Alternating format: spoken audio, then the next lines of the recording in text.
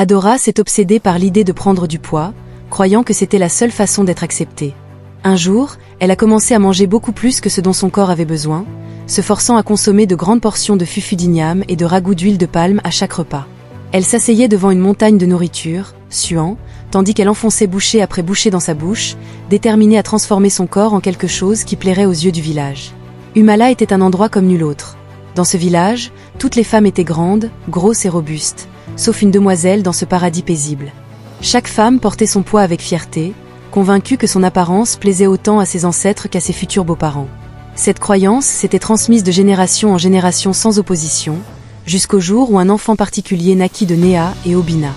Néa et Obina étaient très respectés dans le village, connus pour leur gentillesse et leur générosité. Lorsque Néa tomba enceinte, tout le village était excité, car sa grossesse s'était bien passée. Quand le moment arriva, Néa donna naissance à une fille qu'ils appelèrent Adora. Mais lorsque la sage-femme tint le bébé pour que tout le monde puisse la voir, un silence tomba sur la pièce. Adora n'était pas comme les autres bébés. Elle était petite, ses membres délicats et ses joues manquaient de la rondeur habituelle que les sages-femmes aimaient en voir. Un murmure se répandit dans la pièce et certaines des femmes plus âgées échangèrent des regards inquiets. « Elle est malade », chuchota quelqu'un, mais la sage-femme les rassura rapidement. « Elle est en bonne santé, elle est juste différente. Les esprits ont leur plan. » Néa et Obina aimaient leur fille de tout leur cœur et l'élevèrent avec tout ce que le monde pouvait offrir. Mais à mesure qu'Adora grandissait, il devenait évident qu'elle n'était pas comme les autres enfants. Alors que les autres filles développaient des joues rondes et des corps plus pleins, Adora restait mince, presque éthérée, avec une lumière intérieure qui brillait à travers ses yeux, la faisant paraître appartenir à un autre monde. Dès qu'Adora put marcher, elle devint le sujet de chuchotements et de ragots. Les autres enfants la pointaient du doigt, riaient et l'appelaient bâton ou la mince. Elle essayait de se joindre à leur jeu, mais ils l'excluaient souvent. Chaque fois qu'elle tentait de danser lors des cérémonies du village, les autres filles riaient et lui disaient « Tes jambes sont trop fines pour danser, va jouer avec les garçons. » Son cœur était lourd de solitude. Souvent, elle se retirait dans les champs tranquilles à la périphérie du village où elle pouvait pleurer en paix. Ses parents remarquèrent sa tristesse et essayèrent de la réconforter. « Tu es spéciale, Adora » lui disait sa mère. « Les esprits t'ont donné une beauté unique. Un jour, tu comprendras pourquoi tu es comme ça. » Mais ces mots n'apaisaient guère la douleur qu'Adora ressentait. Elle se sentait comme une paria dans son propre village. Un jour, après une série particulièrement cruelle de moqueries, Adora courut vers la rive de la rivière et pleura jusqu'à ce que ses yeux soient secs. Alors qu'elle était là, une vieille femme s'approcha d'elle. C'était Mam Machine, la guérisseuse du village, connue pour sa sagesse et ses manières mystérieuses. « Pourquoi pleures-tu, petite ?» demanda-t-elle doucement. « Je ne suis pas comme les autres », répondit Adora entre ses sanglots. « Je ne suis pas belle comme elle, je suis trop mince, trop différente. » Mam Machine sourit et s'assit à côté d'elle. « Écoute, petite, les esprits ne font pas d'erreur. Chaque feuille, chaque arbre et chaque personne ont un but. Ta différence est ta force. Un jour, le monde verra ce qui te rend spécial. » Les paroles de la vieille femme réconfortèrent Adora, mais le doute obscurcissait toujours son cœur. Les moqueries constantes la rongeaient. C'est alors qu'Adora devint obsédée par l'idée de prendre du poids. Elle croyait que c'était la seule façon d'être acceptée.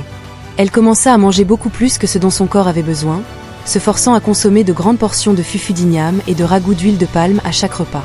Elle s'asseyait devant une montagne de nourriture, avalant bouchée après bouchée, déterminée à transformer son corps en quelque chose qui plairait aux yeux du village. Mais peu importe combien elle mangeait, le poids ne semblait jamais venir.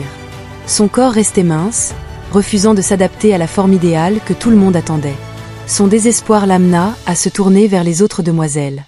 Malgré leurs moqueries, certaines eurent pitié d'elle et lui murmurèrent des recettes secrètes que leur mère leur donnait pour les aider à prendre du poids. Adora, désespérée et naïve, accepta d'essayer les potions.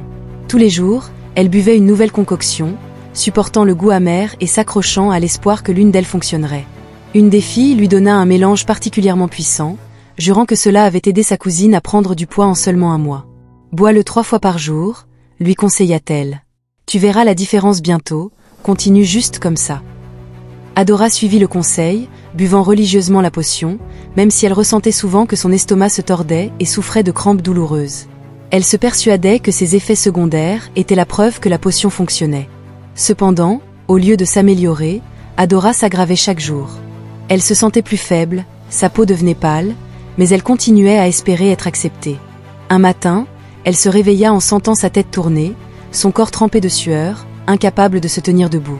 Malgré tout, elle se força à boire une autre dose du mélange, mais dès que la boisson toucha ses lèvres, une douleur aiguë traversa son abdomen et elle s'effondra au sol, se tenant l'estomac et respirant avec difficulté. Ses parents, Obina et Néa, entendirent ses cris et coururent dans sa chambre. Ils la trouvèrent tordue de douleur, son visage pâle et ses lèvres bleues. Néa cria à l'aide et en quelques minutes, les voisins s'étaient rassemblés devant leur maison. Mam Machine, la guérisseuse du village, se fraya un chemin à travers la foule et s'agenouilla à côté d'Adora. « Qu'a-t-elle bu » demanda-t-elle avec urgence. Une des filles qui était venue voir si Adora avait pris du poids fit un pas en avant, hésitante. « Elle a bu un mélange pour l'aider à prendre du poids » murmura-t-elle, incapable de regarder quelqu'un dans les yeux. « Imbécile » s'exclama Mam Machine. « Ne sais-tu pas que ces mélanges sont dangereux ? Ce qui fonctionne pour une personne peut tuer une autre. » Avec des mains rapides, Mam Machine commença à administrer un remède pour contrer l'effet du mélange toxique.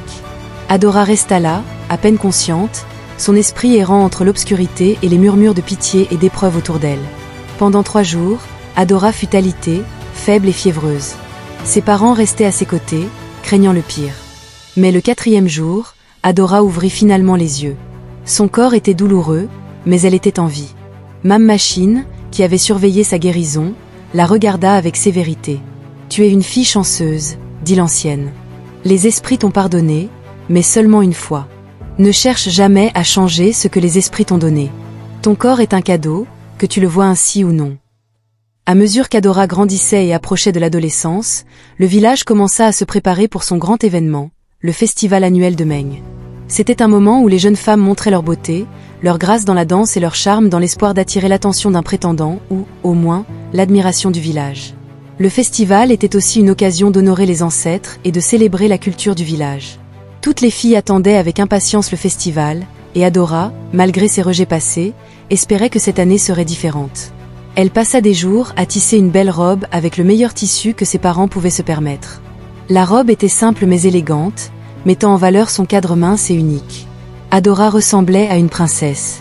Cependant, lorsqu'Adora arriva au festival, les moqueries commencèrent immédiatement. « Regarde qui est là, pour qui elle se prend avec ses jambes fines » crièrent certains. Adora essaya de sourire, tentant de profiter du festival, mais chaque rire lui semblait comme une dague dans le cœur.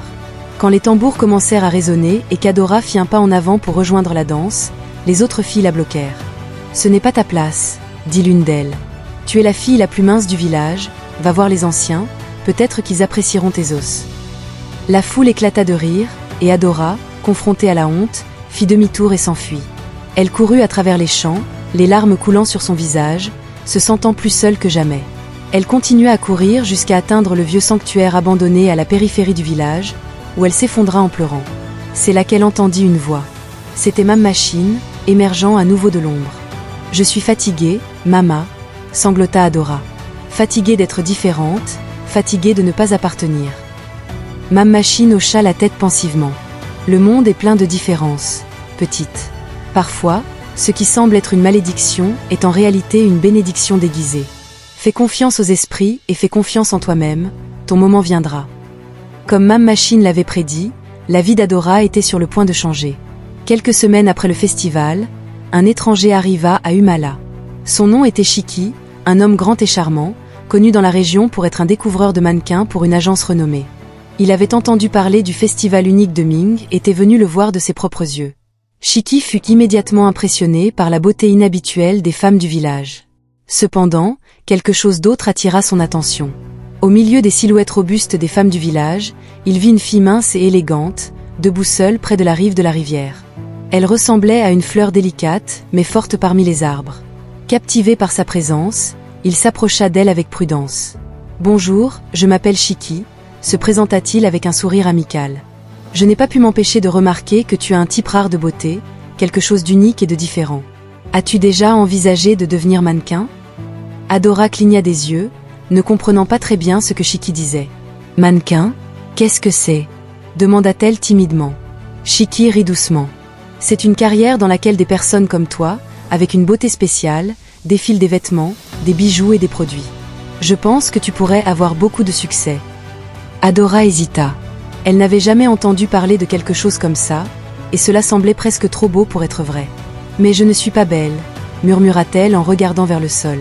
Shiki secoua la tête avec fermeté. Le monde est vaste et la beauté n'est pas qu'une seule chose. Fais-moi confiance, Adora, tu as quelque chose de spécial. Après avoir parlé avec Shiki, Adora rentra chez elle, l'esprit plein de pensées. Elle raconta à ses parents l'homme étrange et sa proposition. Au début, ils étaient inquiets car ils ne voulaient pas que leur fille parte en ville.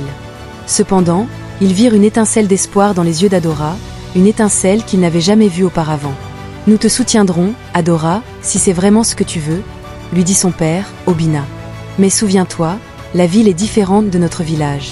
Elle peut être dure et impitoyable. » Adora hocha la tête, comprenant le risque, mais elle ressentait un désir ardent de prouver sa valeur. Elle décida de prendre le risque et de quitter Humala avec Shiki. Les villageois furent choqués par son départ. Certains semblaient même sceptiques quant à son retour. Cependant, ses parents et Mam Machine lui donnèrent leur bénédiction. La guérisseuse lui remit une petite amulette de protection, chuchotant « Souviens-toi, petite, tu es spéciale ». En arrivant en ville, Adora se sentit submergée. C'était bruyant, rapide et plein de bâtiments imposants. Il y avait un marché animé et des gens qui semblaient se déplacer avec un but. Adora n'avait jamais vu autant de voitures ni autant de lumières éblouissantes qui faisaient de la nuit un spectacle fascinant. Un jour, Shiki la conduisit à son agence, où elle fut présentée à son associée, Fatima, une ancienne mannequin au regard perçant et critique. Fatima regarda Adora de haut en bas avec scepticisme. « Tu es sûre de ça ?» demanda-t-elle en levant un sourcil. « Elle ne ressemble pas à la fille habituelle que nous avons pour défiler. » Shiki sourit. « C'est exactement pour ça que je suis sûre. Elle a un type de beauté différent, une fraîcheur dont l'industrie a besoin en ce moment. Fais-moi confiance, Fatima, elle a quelque chose de spécial. » Fatima soupira, mais accepta de donner une chance à Adora. Ils commencèrent son entraînement, lui apprenant à marcher, à poser et à se présenter devant une caméra. Les premières semaines furent difficiles. Adora luttait avec sa confiance, se sentant comme si elle n'appartenait pas. Les filles de la ville, avec leurs talons hauts et leurs cheveux parfaits, la regardaient et murmuraient des moqueries, ce qui augmentait son malaise. Mais Shiki fut patient, l'encourageant à chaque étape. « Tu fais du bon travail, Adora », lui disait-il. « Sois simplement toi-même, laisse ta singularité briller. » Peu à peu, Adora commença à trouver son rythme. Elle devint plus confiante, ses poses plus naturelles, et bientôt elle attira l'attention des photographes et des designers. Un jour, lors d'une séance photo, une designer de mode renommée, Madame Akinola, passa par l'agence. Elle cherchait de nouveaux visages pour sa nouvelle collection. Alors qu'elle marchait dans le studio, ses yeux se posèrent sur Adora, qui se préparait pour son tour devant la caméra. « Qui est cette fille ?» demanda Madame Akinola en pointant Adora. « Oh, c'est notre nouvelle fille du village », répondit Fatima avec dédain. « Elle est encore en train d'apprendre les règles. » Madame Akinola sembla intriguée. « Quelle avance ?» ordonna-t-elle. Adora, nerveuse, s'avança. Madame Akinola sourit. « Il y a quelque chose de différent en toi, petite, » dit-elle. « Tu as une qualité brute et indomptée que je veux dans ma nouvelle collection. » Adora était stupéfaite.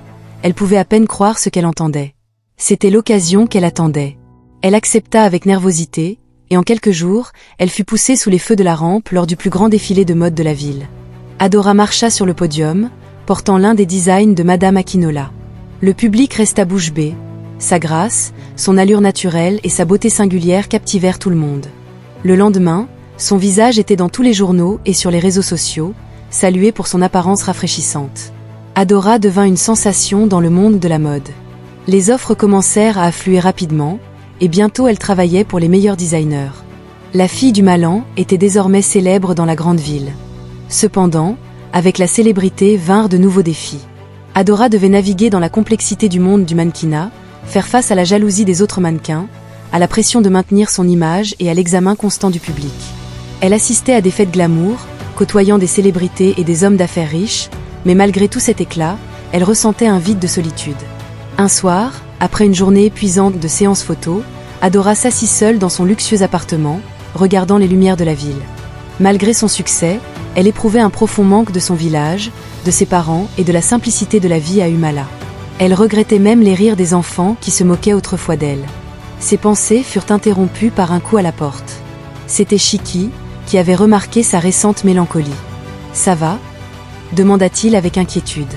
Adora soupira. « Je suis reconnaissante pour tout, Shiki, mais parfois j'ai l'impression de ne pas appartenir ici. Mon village me manque, avoua-t-elle. Shiki hocha la tête avec compréhension. C'est normal de se sentir ainsi, mais souviens-toi de tout ce que tu as accompli. Tu as inspiré beaucoup de gens, tu as une histoire à raconter, et tu vis cette histoire chaque jour. Ne laisse pas la solitude d'un moment éclipser la brillance de ton parcours. Ces paroles touchèrent une corde sensible chez Adora. Elle réalisa qu'elle avait le pouvoir de combler le fossé entre ces deux mondes. Elle décida d'utiliser sa plateforme non seulement pour défiler, mais aussi pour défendre les jeunes filles qui, comme elle, se sentaient différentes ou déplacées.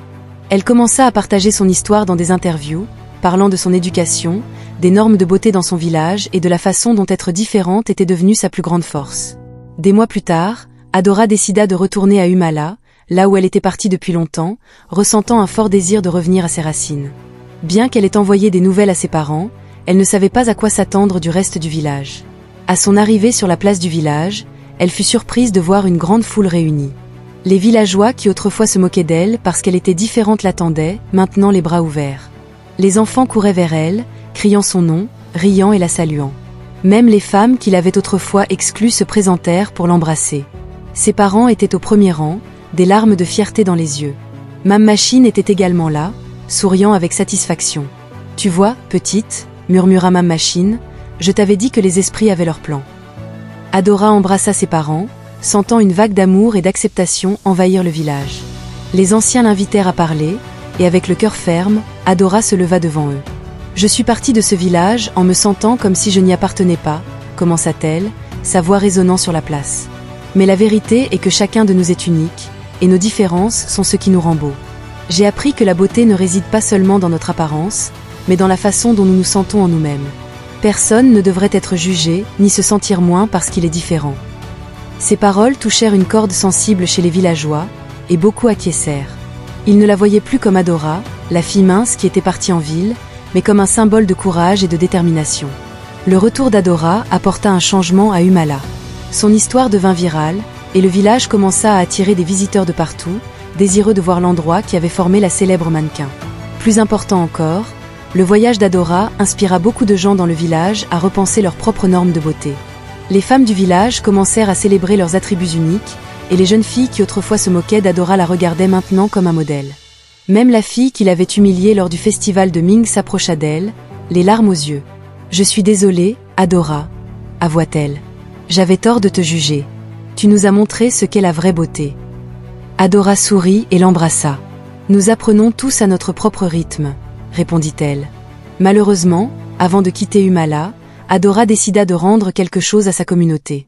Elle utilisa ses gains pour construire un centre communautaire d'art et d'apprentissage, où les enfants du village pourraient apprendre des compétences telles que le mannequinat, la photographie et l'art oratoire. Elle voulait qu'ils aient des opportunités dont elle n'avait jamais rêvé. Elle appela le centre « La Maison de la Sagesse de Mam Machine », en l'honneur de la vieille guérisseuse qui l'avait aidée à voir sa propre valeur pour la première fois. Le centre devint rapidement un lieu d'activité, un endroit où les jeunes trouvaient un sens et un but. La fille qui autrefois avait pleuré au bord de la rivière à Humala était maintenant un symbole d'espoir et de force pour des millions de personnes.